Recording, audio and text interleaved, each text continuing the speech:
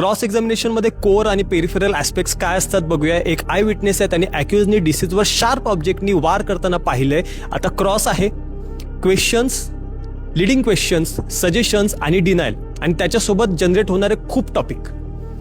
फक्त बेसिक अंडरस्टँडिंगसाठी पाहूया कोर आणि पेरिफेरलमध्ये काय काय गोष्टी असू शकतात किंवा आपल्याला त्याच्या कसं मदत होऊ शकते. कोअरमध्ये अॅक्युजनी डिसीजवर शार्प ऑब्जेक्टनी वार केला. कधी, कसा, कुठे.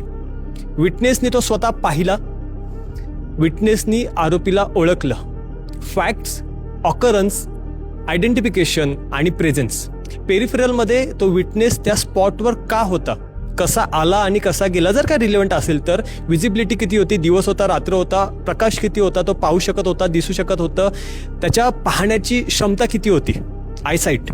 त्याच्यानंतर त्याच्यामध्ये कुठला अडथळा होता, त्याला दिसू शकत होतं का त्या ठिकाणावरून, कुठल्या अँगलनी पाहिलंय. त्याच्यानंतर तो इंटरेस्टेड विटनेस आहे, इंडिपेंडंट विटनेस आहे.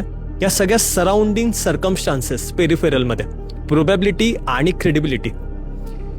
बेसिक अंडरस्टँडिंगसाठी आहे. फक्त कुठल्याही प्रकारे रिजिड किंवा फिक्स स्ट्रक्चर नाही आहे, खूप डायनॅमिक आहे. कारण depending upon facts and circumstances peripheral aspect सुद्धा कोर ॲस्पेक्टमध्ये येऊ शकतात.